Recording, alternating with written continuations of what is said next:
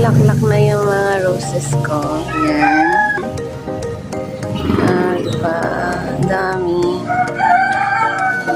Ito, hindi pa talaga siya nabuo. Namamatay. Pero medyo sa yun. Meron na.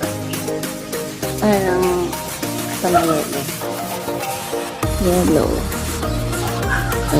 Yellow yan.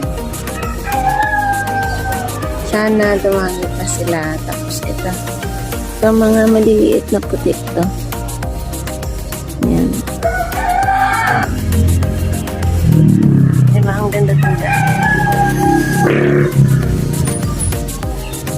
Mahirap kasi mag-ano na roses. Gawa ng napaka-sensitive. Ayan. Madali siyang mamatay. So, sana naman buhay itong mga to. Yan.